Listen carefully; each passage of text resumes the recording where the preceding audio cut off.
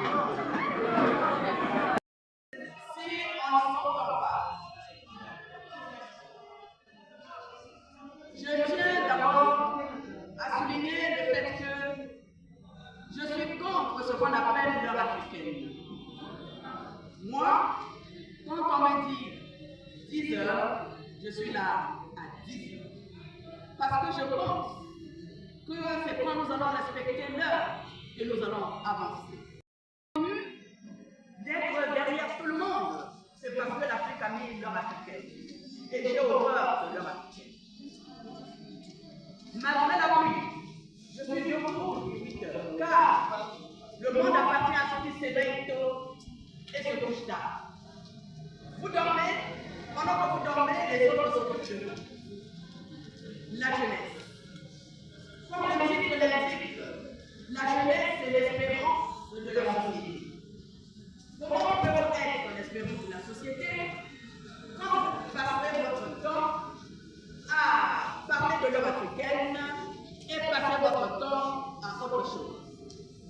Alors, nous avons beaucoup de choses à nous dire aujourd'hui. Et je serai, je reste sur vos questions. J'espère que vous aurez des questions pertinentes qui feront en sorte que cette rencontre ne soit pas un jeu. Je n'ai pas de temps à perdre.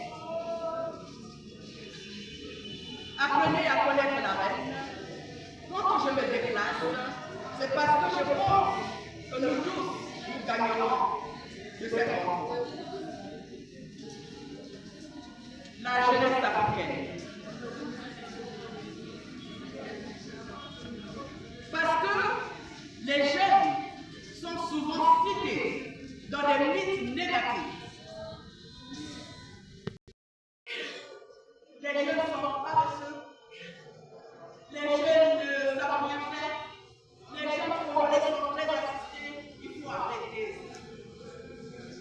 Et pour ce faire, il va falloir que nous, qui sommes des bibliothèques publiques des aînés, nous vous apportions des éléments pour que vous puissiez continuer à construire cette société et la vie. Comment peut-on rencontrer l'avenir d'un pays sans sa jeunesse? Qui est cette jeunesse? Parce que la jeunesse, les jeunes que vous êtes, vous constituez le segment le plus dynamique et le moteur de la société. On doit vous expliquer. Parce que ce sont les jeunes qui fournissent aussi les meilleurs.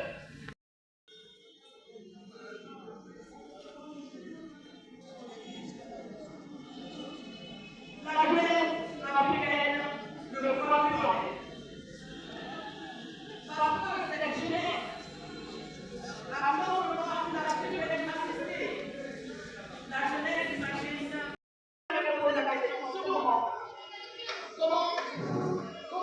le faire? Comment y arriver?